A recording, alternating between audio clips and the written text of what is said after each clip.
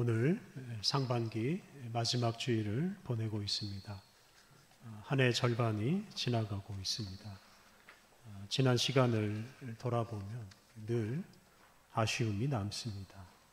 연초에 다짐하고 계획한 것들을 그대로 간직하고 또 잘 실천했더라면 하는 아쉬움이 있습니다. 개인적인 부족함이나 또 외부 환경 때문에 계획한 것을 이루지 못할 때가 참 많습니다. 그런데 우리가 원하는 것을 다 얻지 못하고 계획한 것을 다 이루지 못했다고 해서 우리 인생이 실패했다고 말할 수는 없습니다. 우리나라가 요즘 경제적으로 큰 불황을 겪고 있습니다. 이 때문에 원치 않지만 실직하고 폐업하는 사람들이 참 많습니다. 그렇다고 해서 그 사람들이 다 망하거나 굶어 죽거나 하지는 않습니다. 다른 가족이나 이웃의 도움을 받아서 생계도 유지하고 또 재기도 할 수 있습니다. 때로는 국가의 도움을 받아서 어려움을 극복하기도 합니다. 우리나라 가구당 부채가 1억 원 정도 됩니다. 빚 없이 사는 집이 거의 없습니다. 다시 말해서 은행을 비롯한 금융기관 도움 없이 혼자 힘으로 살 수 있는 사람 그리 많지 않습니다. 이렇게 사람이 연약하기에 가족이나 친구나 이웃이나 또 마을이나 국가 또 여러 공공기관들 이런 사람들과 기관들의 도움을 받으면서 살아갑니다. 그런 도움을 거부하고 자기 혼자 힘으로만 살려고 하면 결코 좋은 인생을 살지 못할 것입니다. 새 대통령을 선출한 지 3주가 지나가고 있습니다. 최근에 새 대통령이 직무를 잘 수행하는지에 대한 여론조사가 실시되고 있는데요. 꽤 높은 지지율이 나왔습니다. 일반적으로 대통령은 임기 초반 지지율이 가장 높습니다. 그러다가 점점 떨어지고 퇴임할 때쯤 바닥까지 떨어집니다. 어떤 사람이든 대통령이 되었다는 것 자체로 대단하고 위대한 사람이라는 평가를 받을 만합니다. 하지만 대통령이 전지전능한 존재는 아닙니다. 대통령이 되었다고 해서 그 사람이 본래 가지고 있던 약점, 단점이 다 사라지지는 않습니다. 임기 초에는 그런 약점이나 단점이 잘 보이지 않지만 시간이 지날수록 점점 분명하게 드러나는 경우가 많습니다. 그리고 그것 때문에 국민들은 실망하고 지지율은 떨어지고 심지어 중도의 대통령직에서 물러나기도 합니다. 그러므로 대통령은 자신이 연약하고 부족한 존재라는 것을 늘 기억해야 합니다. 그리고 자기의 그 연약함과 부족함을 채워줄 수 있는 좋은 사람들을 늘 곁에 두고 그 사람들의 말에 귀를 기울여야 합니다. 이제 그런 의미에서 대통령 주변에 어떤 사람들이 있느냐에 따라서 대통령의 성패가 달라집니다. 대통령 주변에 있는 사람들이 대통령의 부족한 것을 잘 채워주면 대통령이 성공할 수 있습니다. 반대로 주변 사람들이 사리사욕에 빠지면 대통령은 반드시 실패합니다. 대통령의 측근이나 친인척이 불법을 저질러서 대통령이 실패하고 나라가 힘들어진 일을 우리가 참 여러 차례 경험했습니다. 이렇게 대통령 같은 최고 권력자도 다른 사람 도움 없이는 성공할 수 없다. 그렇다면 권력 없는 평범한 우리들은 더욱더 그렇습니다. 우리 곁에 좋은 사람들이 있어야 우리가 성공할 수 있고 하나님이 우리에게 주신 사명도 이룰 수가 있습니다. 이것 때문에 하나님께서는 우리들이 혼자 살지 않고 가족들, 이웃들, 친구들과 함께 살게 하셨습니다. 특히 우리 교회 여러 동료들과 함께 하나님이 주신 사명을 함께 이루어 가게 하셨습니다. 우리는 결코 혼자서 하나님의 뜻을 이룰 수가 없습니다. 혼자서 자기 인생의 목표를 달성할 수 없습니다. 서로 격려하고 서로 부족함을 채워주고 서로 협력할 때 비로소 우리 인생의 목표를 이루고 하나님의 뜻을 이룰 수 있습니다.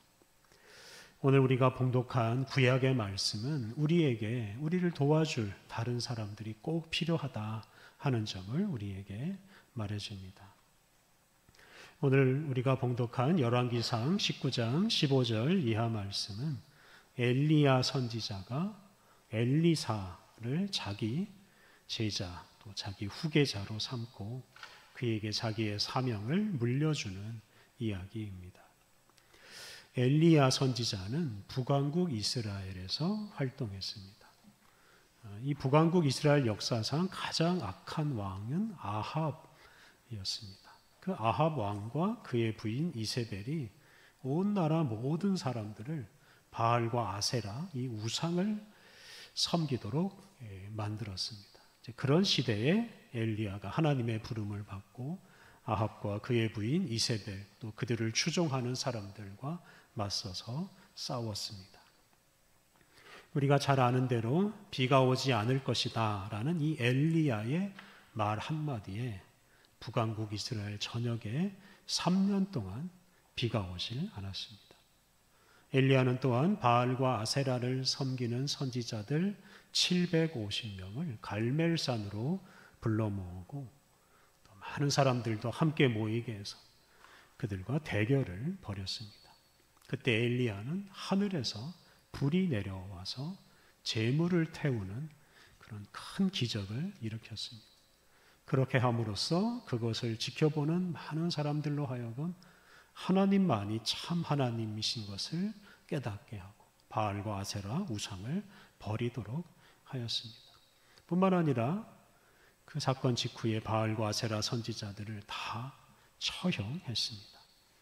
그리고 오늘 본문 뒤에 나오는 내용을 보면 엘리야는 죽음을 겪지 않고 하늘로 올라갔습니다. 엘리야 선지자의 이러한 위대한 행적 덕분에 엘리야는 구약시대의 선지자들 중에서 특별하고도 위대한 선지자로 인정받았습니다. 예를 들어서 복음서를 보면 예수님께서 제자들과 함께 한 산에 오르셔서 빛나는 모습으로 변화되시고 모세와 엘리야 선지자와 대화하는 이야기가 나옵니다. 이렇게 신약시대의 사람들도 엘리야 선지자를 위대한 존재로 추앙했습니다. 그런데 열왕기상과 열왕기하에 나오는 이 엘리야의 생애를 자세히 살펴보면 엘리야는 하나님께서 그에게 주신 사명을 다 이루지 못했습니다. 엘리야는 아합과 이세벨과 그들을 따르는 무리를 심판하고 없애라는 사명을 하나님으로부터 받았는데 그 사명을 다 완수하지 못하고서 세상을 떠났습니다. 특히 오늘 본문 앞에 있는 19장 1절부터 14절 말씀을 보면 엘리야가 그 아합의 부인 이세벨이 무서워서 도망하는 이야기가 나옵니다. 엘리야는 도무지 회개하지 않는 아합과 이세벨 때문에 크게 실망했습니다. 특히 그를 죽이려고 하는 이세벨로부터 멀리 도망쳤습니다. 그러고서 하나님 앞에서 자기는 도무지 하나님이 주신 사명을 이룰 수가 없다. 그러니 차라리 자기를 죽여달라라고 하나님 앞에 호소했습니다. 이렇게 엘리야 선지자는 위대한 선지자로 추앙을 받았는데도 한편으로 그는 연약한 사람에 불과했습니다. 그는 자신에게 주어진 사명을 자기 힘으로 다 이루지 못했습니다. 심지어 하나님을 원망하고 중도에 그 사명을 포기하려고까지 했습니다. 그렇다면 이렇게 하나님께서 주신 사명을 중도에 포기하겠다고 하는 이 엘리야를 하나님께서 어떻게 대하셨겠습니까? 이것이 오늘 우리가 주목할 첫 번째 점입니다. 오늘 본문 앞에 있는 내용을 보면 하나님은 엘리야 선지자를 책망하지 않으십니다. 반대로 그를 위로해 주십니다.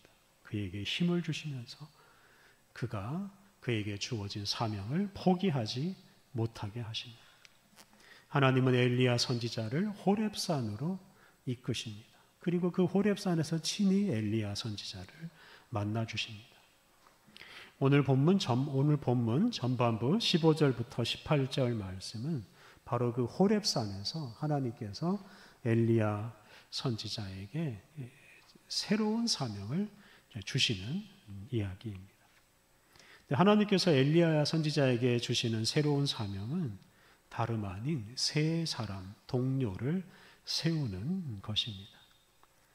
하나님은 엘리야와 함께 그 아합과 이세벨 집안을 무너뜨릴 새 동력자를 엘리야로 하여금 세우게 하십니다. 첫 번째 동력자는 15절에 나오는데요. 그는 아람이란 나라의 군대 장관 하사엘입니다.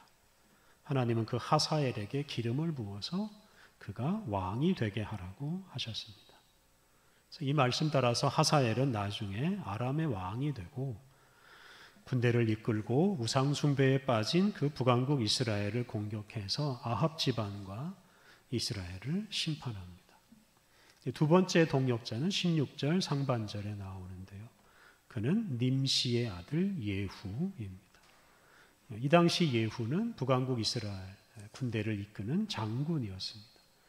그에게 기름을 부어서 왕이 되게 하라고 하셨습니다.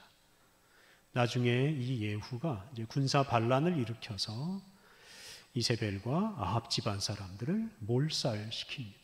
그리고 아합과 이세벨 때문에 더러워진 나라를 깨끗하게 만듭니다.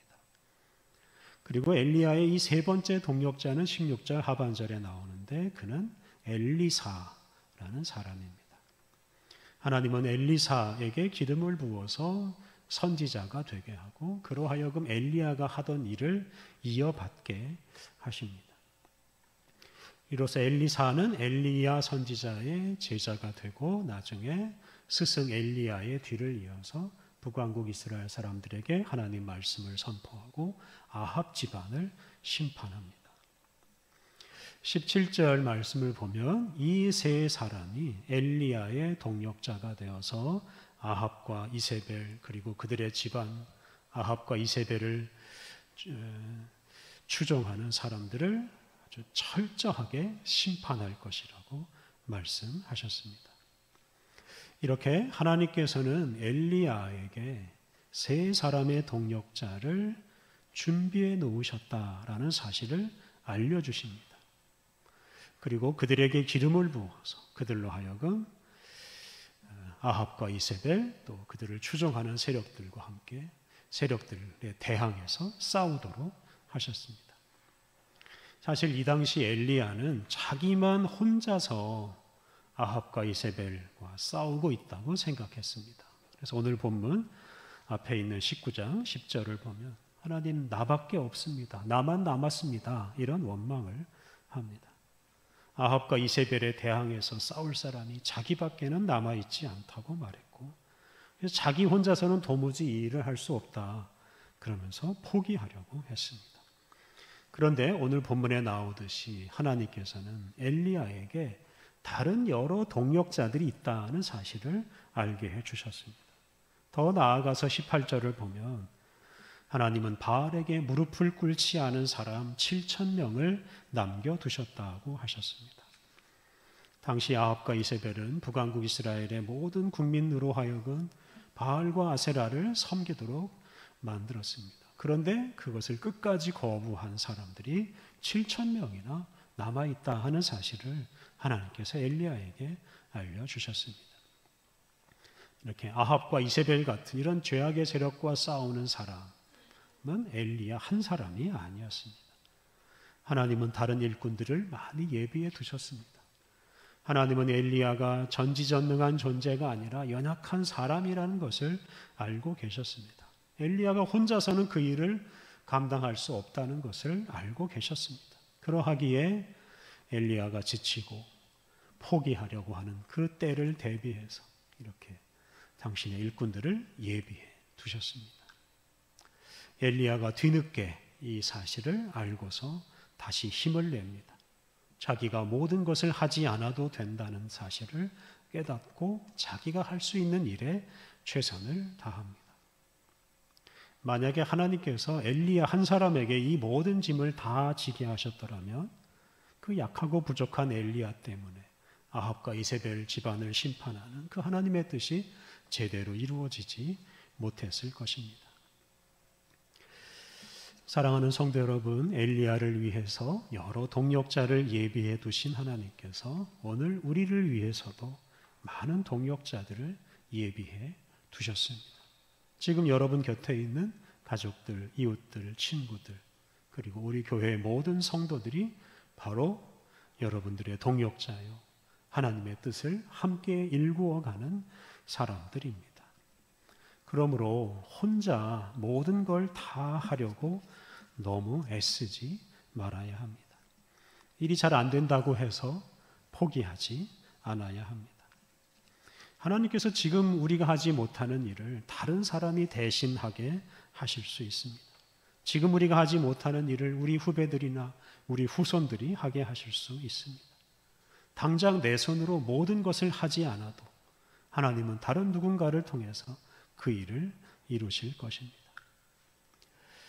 그러므로 내 힘으로 모든 것을 다 하겠다 하는 그런 욕심은 버리고 우리 곁에 있는 동료들에게 부탁하고 동료들을 의지하고 동료들과 함께 짐을 나누어 주십시오. 그것이 하나님의 뜻입니다.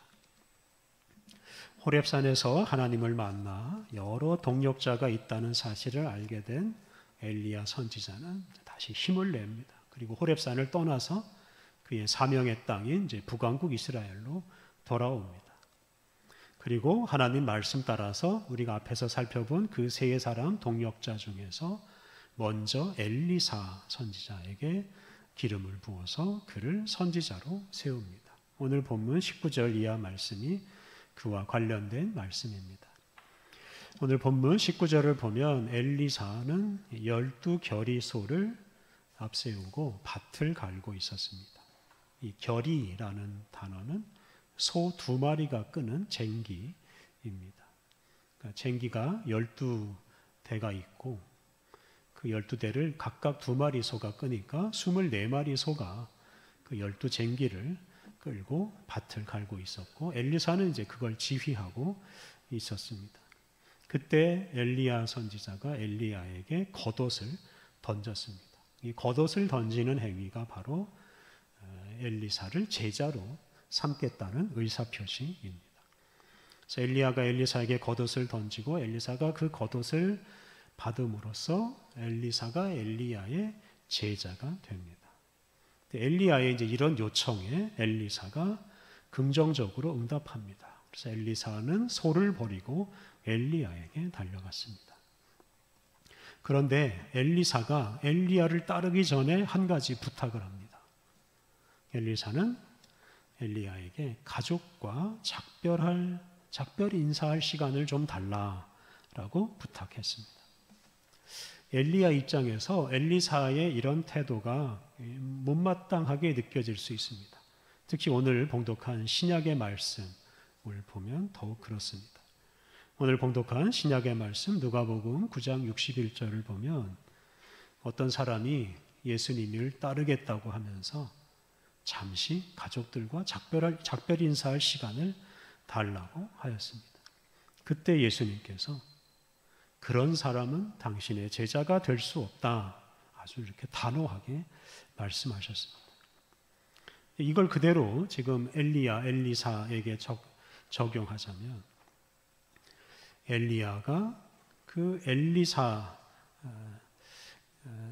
선지자가 작별 인사를 할 시간을 달라고 했을 때 이 사람은 나의 제자가 될 자격이 없구나 이런 판단을 했을 수 있습니다. 가족과 작별할 시간을 주지 않고 즉각 나를 안 따르면 너는 내 제자가 될 수 없다 이렇게 말하고 싶었을 수도 있었을 것입니다. 그런데 엘리야가 그렇게 하질 않습니다. 오늘 본문 20절 하반절을 보면 가족과 작별할 시간을 달라고 하는 엘리사에게 엘리야가 이렇게 말했습니다. 엘리야가 그에게 이르되 돌아가라 내가 내게 어떻게 행하였느냐 하니라.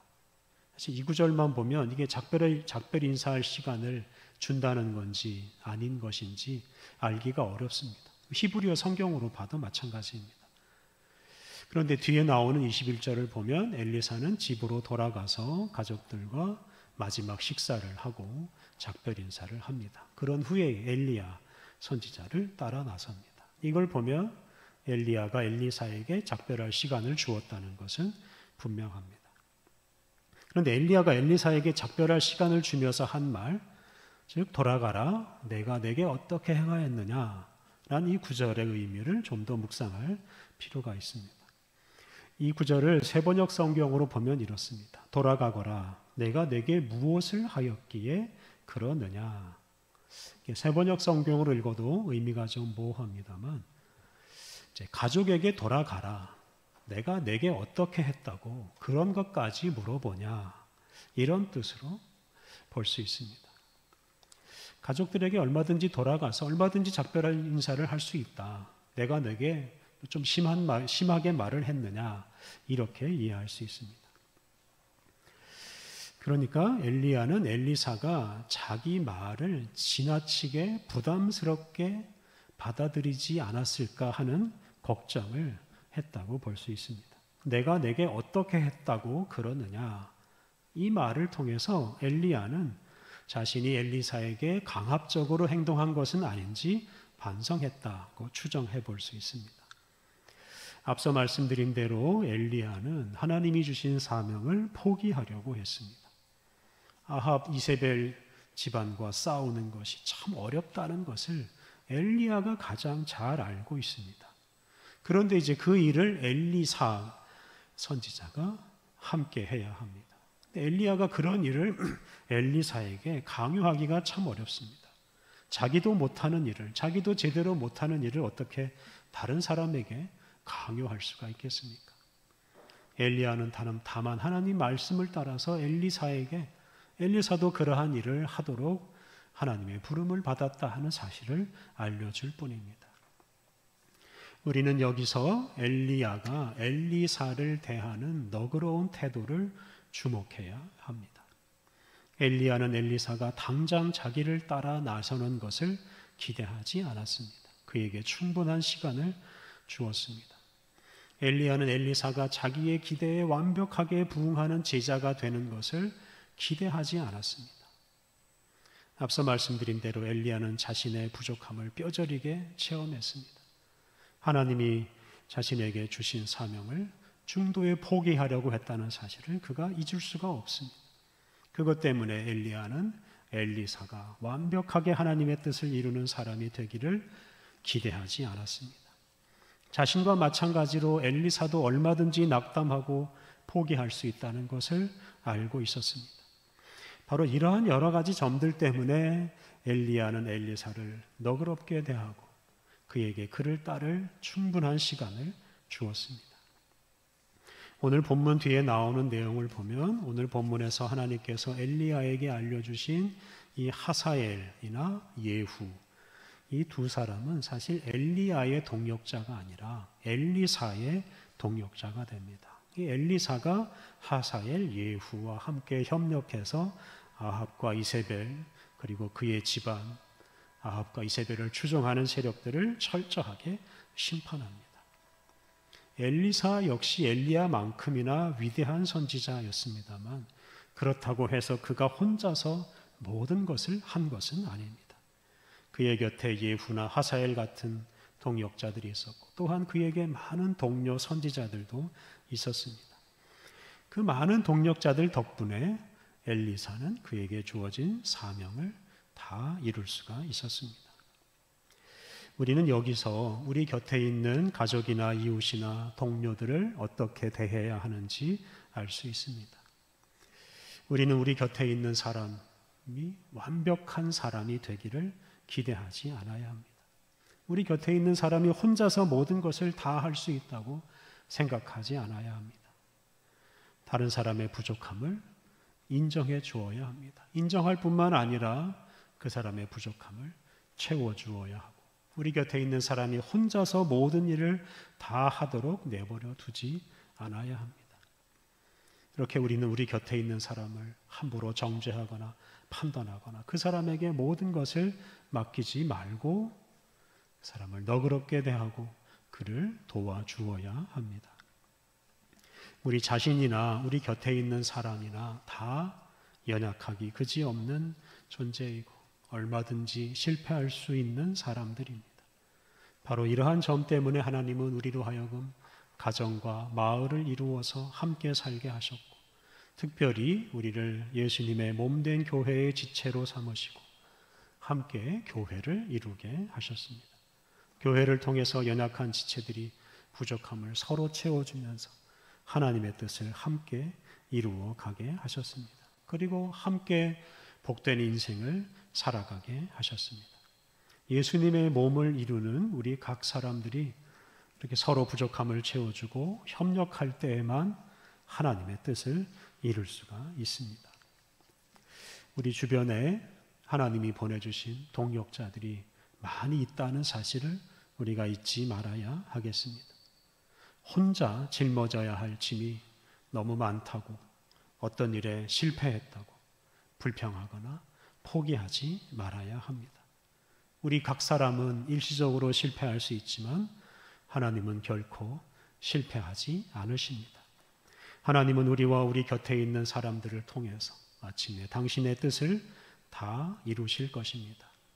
이러한 하나님을 굳게 믿고 또한 예수님을 주님으로 고백하는 우리 곁에 있는 많은 동역자들을 신뢰하고 더 힘을 내서 2025년 하반기를 살아가시기를 바랍니다. 기도하겠습니다. 하나님, 연약한 우리를 홀로 두지 않으시고 고민과 어려움을 나눌 수 있는 동역자를 주시니 감사합니다. 우리 곁에 있는 이들과 함께 주님의 사명을 이루어 가게 하시니 감사합니다.